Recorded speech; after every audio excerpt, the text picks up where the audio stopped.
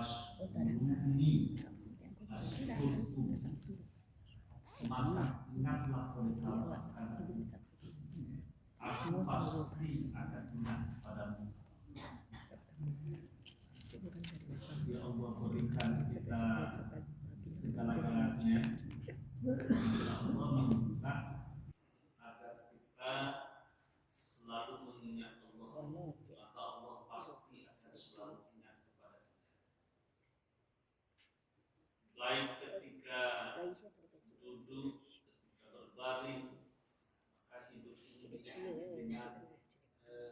dimulai dengan doa.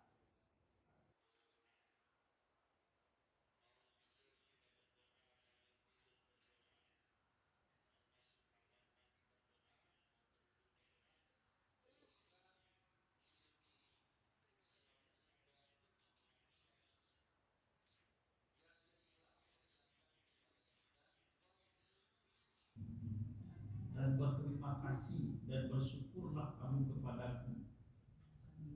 Jadi Allah ingatkan, Allah berikan segala-galanya kepada kita, lalu Allah ingatkan dengan kalimat waskuruli, dan berterima kasihlah kamu kepadaku.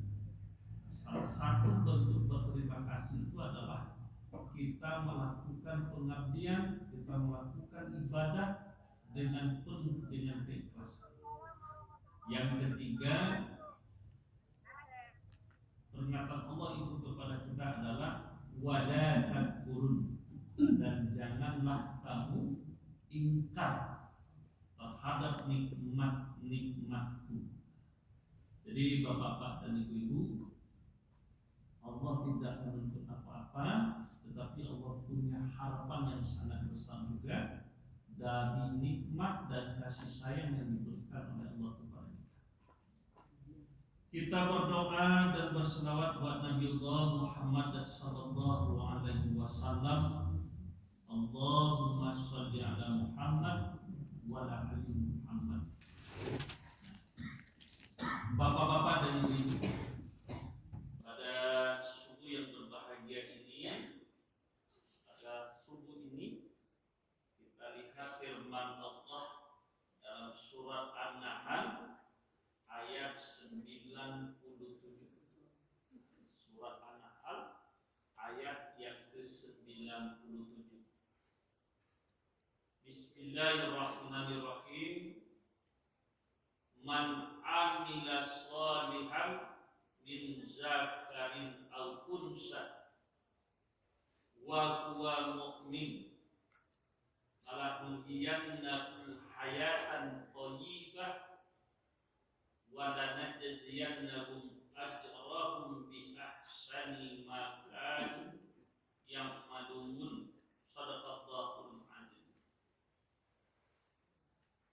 Kata Allah, man amila sholihan, siapa saja yang beramal soleh, min zakarin au unsa, apakah itu dari laki-laki atau dari perempuan. Artinya siapa saja yang beramal soleh, yang melakukan kebaikan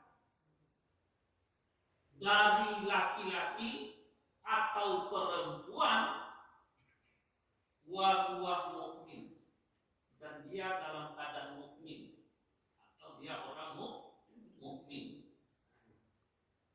Apa imbalannya kata Allah? Apa penghargaannya? Penghargaan yang akan diberikan oleh Allah pada nuhyiyan lahu hayatan thayyibah. Allah akan berikan kehidupan yang baik. Allah akan berikan kepada orang-orang yang melakukan amal soleh dari laki-laki dan perempuan, ketika dia masih dalam keadaan mukmin, hidup yang baik. Hidup yang baik ini seperti apa Bapak dan Ibu? Kehidupan yang baik yang diberikan oleh Allah.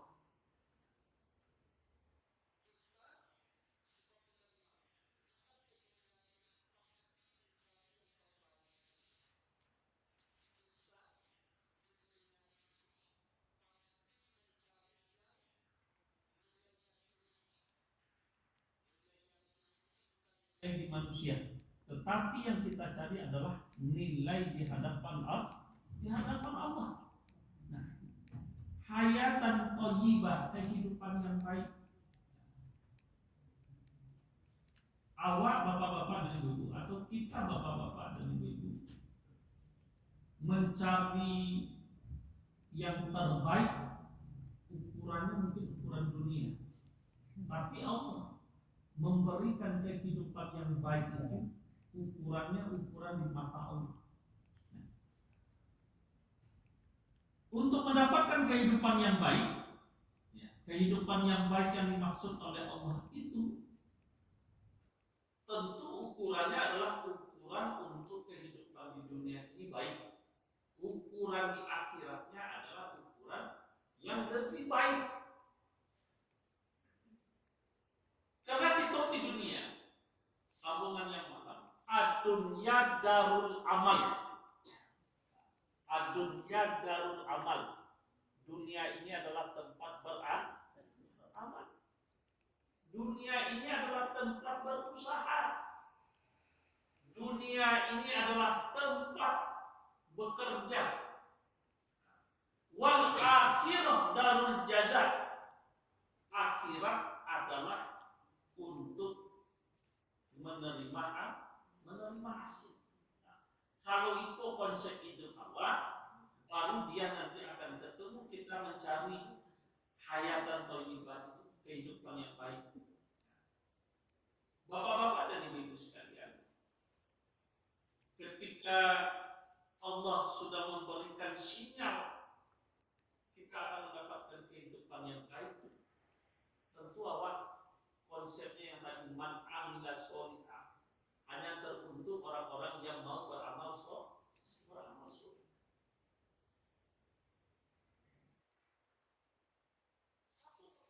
Kepada kita bahwa kita akan mendapatkan kehidupan yang baik, ada 3 komponen yang harus awak miliki untuk mendapatkan kehidupan yang baik. Yang pertama, untuk mendapatkan kehidupan yang baik yang dimaksud oleh Allah itu modalnya buah. Apa buah? Hablum minallah wa hablum minannas. Itu kunci pertama itu. Kalau ingin mendapatkan kehidupan yang baik itu, kita tidak bisa hidup di bumi ini kalau secara di dunia bisa ada hidup sendiri tanpa bantuan orang lain.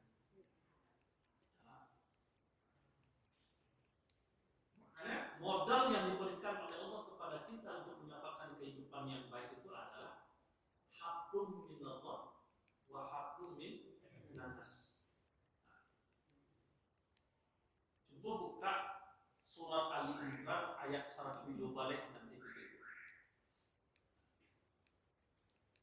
Kalau orang yang tidak mau melakukan, tidak melaksanakan hablum minallah wa hablum minannas, dia akan dihinakan oleh Allah.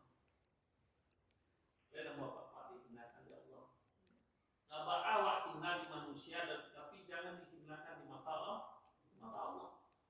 Duribat alaihi zillah aynama sukifu illa bihablin minallah wa hablin minannas.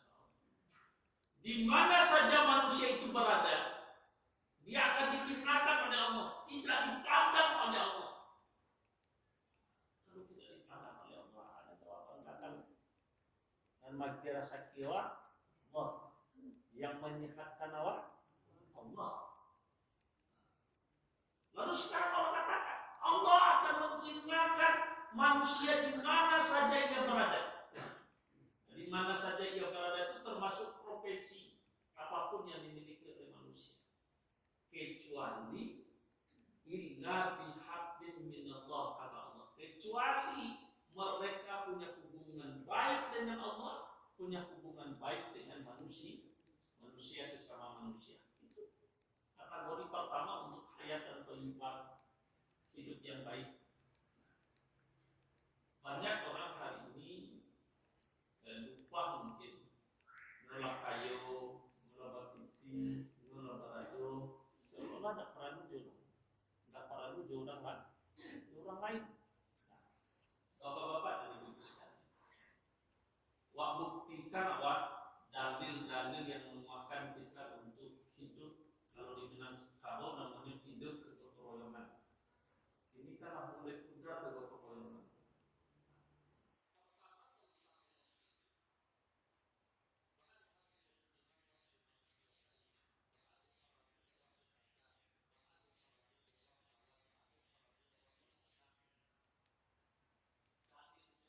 Surat Al-Qasas ayat yang ke-77. Wa ahsin kama ahsanallahu ilaik. Berbuat baiklah kamu kepada orang lain sebagaimana Allah telah berbuat baik kepada diri. Allah berbuat baik kawan. Allah hidupkan kawan. Allah hagia wa rasaki. Allah berikan kesehatan kawan. Tidak. Nah, sekarang Allah tuntut. Berbuat baiklah kamu kepada orang lain sebagaimana Allah telah berbuat baik kepadamu. Awak kanan, awak mengecen raswamu dak paralu jadu sana. Awak kan mak sewa nih. Kalau ketika emosi awak jadu sana, jadu saudara, sudahlah, dia tak paralu dia kalian. Kalau untuk hidup dia lah selesai. Tanpa ada kalian dia hidup itu kan sombong waktu. Tidak. Kalau sana awak kecen, dia tak paralu dia kalian. Kalian kan mengadu dia sini.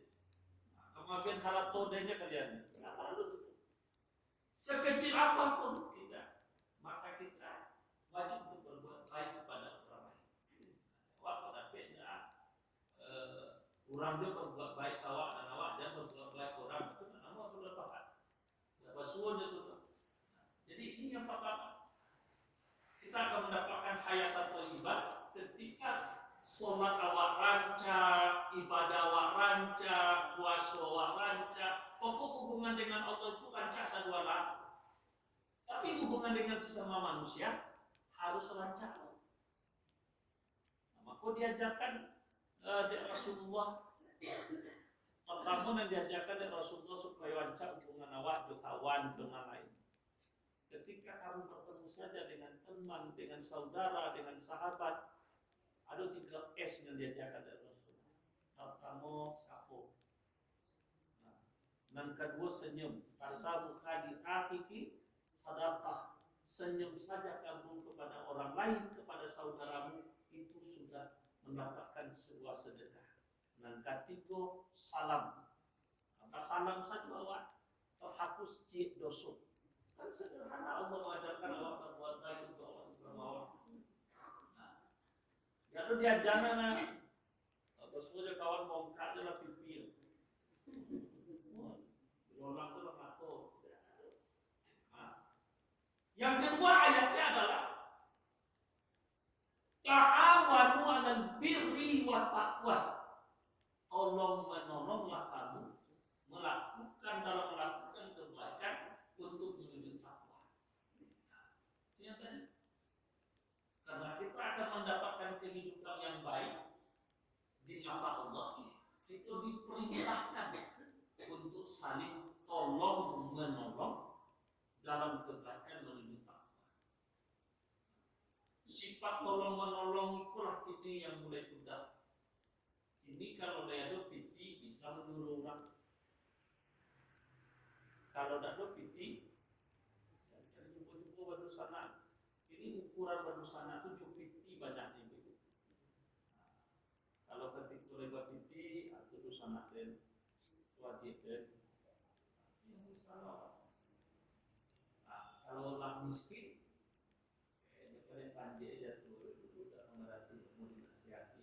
Banyak kalau macam dah. Nah, jadi kita diminta untuk selalu tolong menolong itu bukan dalam konteks, tetapi adalah dalam bentuk kegotong royongan yang disebut di dalam kata sakit, saling cinta meninggal, mati atau kematian saling menjamu. Itu yang dibangun dalam rangka kita mencari kehidupan yang baik. Banyak pikiran, tapi tidak kayak itu di sana ada itu. Situ orang mencari orang itu, baru awak menolongnya. jodoh sana sih udah bego, jodoh sana. Inti sih banyaknya tuh, intinya banyak, hartonya banyak, rumahnya rancak, tapi ini jodoh sana ada dua itu. Kalau datang musananya sakit kepalanya, datang dia sakit kepalanya, karena masalah waktu. Makanya kita diminta untuk saling tolong menolong. Dalam maknanya tolong menolong itu. Nah, maka ada kunci larangan. Jangan kalian tolong menolong. Ya. Wala ta'awanu 'alal ismi wal udwan. Jangan saling tolong menolong untuk berbuat dosa. Yang ketiga dalilnya adalah dalilnya di dalam surat Wal-Asr. Coba baca kalimat wal asri itu di tengah-tengahnya oleh Bapak dan Ibu ada kalimat wattawasau bil haq. Dan saling menasehatilah kamu untuk kebaikan. Untuk kebaikan. Kenapa saudara Hawa salah sekedar mengingatkan apa? Oh salah karajo. Atau nasihati janganlah ketika ke masjid. Sampai tak ke masjid tu dari muda sampai mati ke masjid. Aku lah tua ke masjid atau alamati datang ke masjid. Alamati dibawa datang ke masjid. Lalu ada kalimatnya watawasau bisab, saling menasihati dengan penuh kesabaran.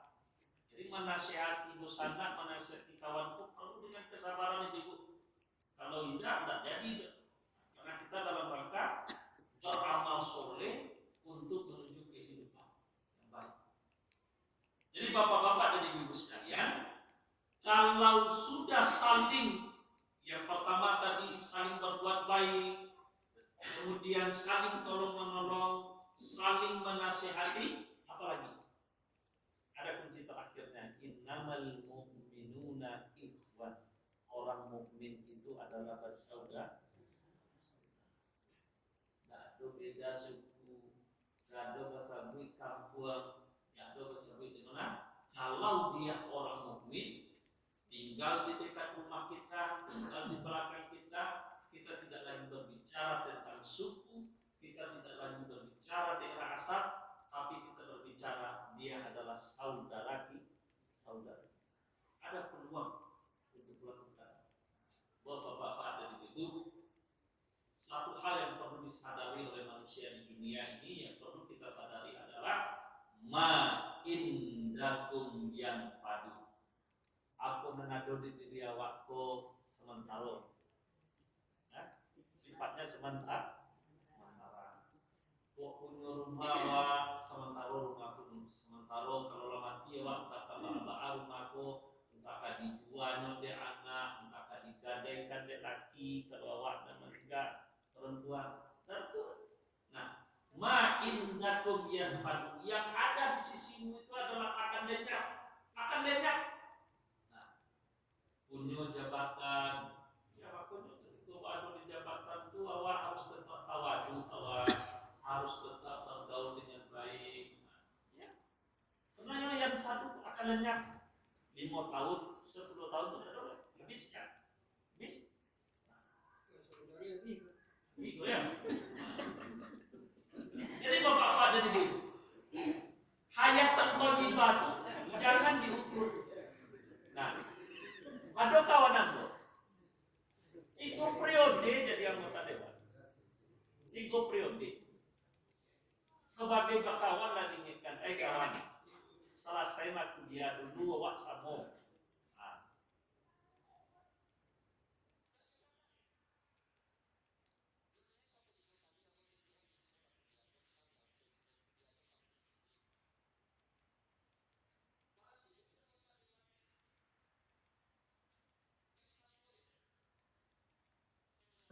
Biasa Ustaz rapi orang di masjid, aku kan undangnya. Jadi berhenti mau jadi anggota dewan, jadi siapa buat orang? Ayo orang dengan anggota mau itu sebenarnya.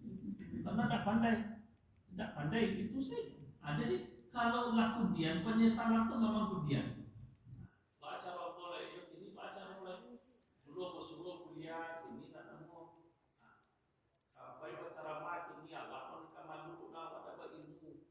S1 saja udah kurang untuk cara mengajar. Itu kan cuma itu artinya lebih.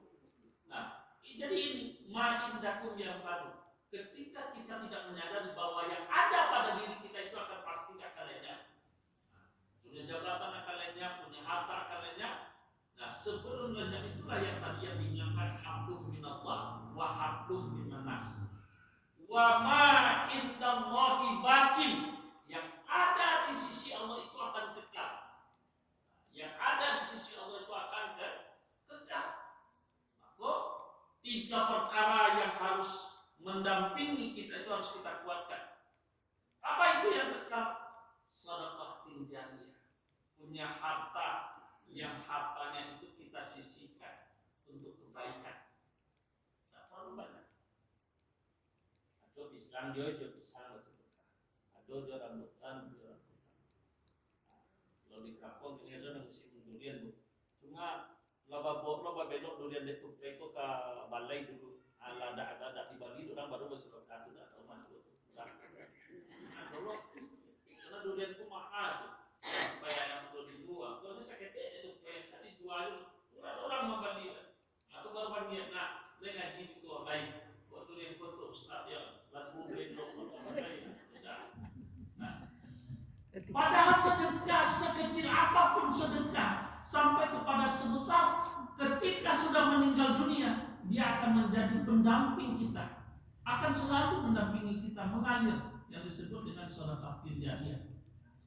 Tidak perlu persiapkan, tidak perlu pangkitnya tadi kan ada kafanya waktu. Yang kedua, apa yang akan batin itu yang akan selalu kekal dengan kita adalah al-ilmu yang tafakubi, ilmu yang bermanfaat. Ilmu yang bermanfaat. Seorang ibu di dalam rumah tangga mengajarkan anaknya dengan ilmu memasak. Awak kan kini anak kecil awak kadang-kadang enggak boleh awak memasak. Yang malah anaknya soto-soto kalian di dapur. Nah, sehingga dan pandai yang nak kucing membuat telur dadar Pak Kadang kami garap. Kucing membuat mato sapi. Sekolah kan tinggi-tinggi anak sampai S2 dapat suami orang kaya. Kali buatnya suami karena udah bakal aja di Bandung dia. Jadi ke mama kita harus mantap. Dengan senang hati malah pe anak ke Bandung. Suami bakal aja. Bandung.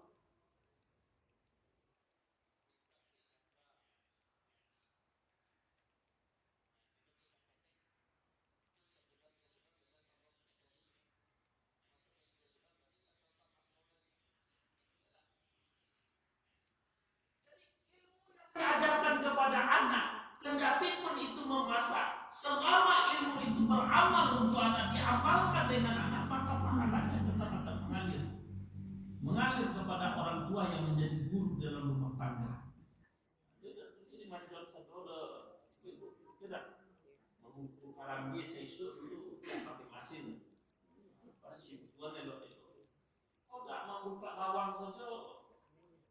Bawa salah, akan pandai kau ke dapur dan biar masalah. Nah, kita berikan bagaimana ilmu sekecil bentuk sepele itu, tapi manfaatnya besar. Ya. Nah, ilmu yang diberikan dan diamalkan, maka itu dia akan baki. Akan kekal adanya. Yang ketiga, waladun soleh yadullah, memiliki anak soleh yang selalu berbakti kepada ibu bapa. Itulah yang bakti di sisi Allah. Hidup yang baik itu inilah mendapatkan anak yang soleh. Ini bapak-bapak dan ibu, agak berat tantangan kita bagi yang masih punya anak sekolah, masih yang punya cucu. Luar biasa berat tantangan kita hari ini. Karena dengan pengaruh era globalisasi, kalau tidak hati-hati orang tua hari ini gagal untuk pendidikan. Karena tidak bisa hanya dipercayakan kepada guru, tidak bisa dipercayakan kepada dosen saja. Tapi yang sangat penting hari ini adalah pembentukan karakter menjadi anak yang soleh. Tidak masuk untuk besok namanya. Kalau ada dan lama bujuk anaknya, dia waktu sampai ke Pekanbaru nak jalan putui di perbatasan di Tanjung Alai dan pai libur naik asal lai dak pai libur pai tahun baru mama haji binti bisu aku yang salah awak pak anak dak awak larang pergi libur tapi besok malam silakan nak kok layado kawan carilah kawan ini sampai kakak kali maunya tuh berarti dibuka pintu di mama untuk pai tahun baru. Anak yang soleh adalah anak yang berbakti kepada ibu bapaknya, dan orang tua yang hebat itu adalah bukan yang memberikan keinginan anaknya untuk melakukan hal-hal yang tidak baik. Jadi kalau kosong besok malam masjid Mubarak berarti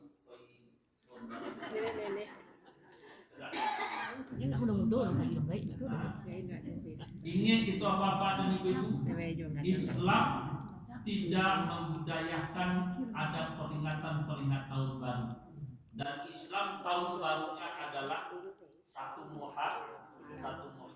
Kita memang berada di tahun, kita hormati saja tahun 2024 akan berakhir, tapi doa yang diajarkan oleh Rasulullah, ya Allah ya Tuhan, sampaikan aku di bulan Rajab, sampaikan aku di bulan Sya'ban, dan sampaikan aku di bulan Ramadan. Dan ya Allah ya Tuhan, akan lebih eloknya lagi tahun 2025. Lalu ada tulah. Tidak, itu bukan tahun kita. Itu adalah tahun saudara-saudara kita. Maka merek ini Nataru. Apa Nataru itu? Natal dan tahun baru. Cuma awak tak balik, awak pejabat awak tak balik. Kalau Rasulullah, di masa Rasulullah sudah ada orang Yahudi berhari raya, orang Nasrani lah berhari raya di masa Rasulullah. Batasannya adalah lakum dinukum waliyadin. Kalau kini apa? Harus dicayan sampai untuk presiden melakukan apa? Harus dicayan sampai untuk menteri agama melakukan apa? Mereknya toleransi beragama. Ketika awak berhari raya, orang tu dah datang ke rumah awak. Tak mau kasihnya. Ketika awak berhari raya, layak dulu pidato di Masjid Istiqlal untuknya. Tak ada. Tidak. Itu kan tak balik. Ketika mereka berhari raya, dituntut menteri agama. Lalu menteri agama, dek sadar, dek menghormati, wajib. Kalau bahkan bisa berkata saya bukan adalah menteri agama Islam. Kan salah. Tapi konsekuensinya yang tadi awak lupa bahwa hidup itu tidak sampai ke situ karena toleransi. Di mata Allah nilainya salah. Mungkin dinilai di mata jabatan terhormat. Ayo itu Pak Menteri malai tiba di gereja awak. Itu dah. Elok pada Pak Menteri, elok pada Pak Presiden tiba yang menyampaikan sambutan Natal. Yang awak contoh tentu Rasulullah. Dia Rasulullah lakum dinukum waliyadin. Kamu silakan berhari raya, silakan urus agamamu, kami urus agama kami. Makanya tidak ada awak bisa bertahun baru dulu. Tidak. Jadi gue di grup selamat tahun baru 2025, mudah-mudahan hidup kita berkah. Tahun baru kita Muharram, dan kita kini adalah mudah-mudahan kita diberikan kesehatan oleh Allah dengan doa tadi disampaikan kita di bulan Rajab 1 Januari bertepatan dengan 1 Rajab, sehingga nanti Ramadan 1 Maret bertepatan dengan 1 Ramadan, dan insya Allah susunan oleh Allah 1 Januari bertepatan dengan 1 Rajab. Kalau puasa di 1 Januari bukan Januari 25, tapi puasa karena bulan Rajab. Billahi taufiq wal hidayah.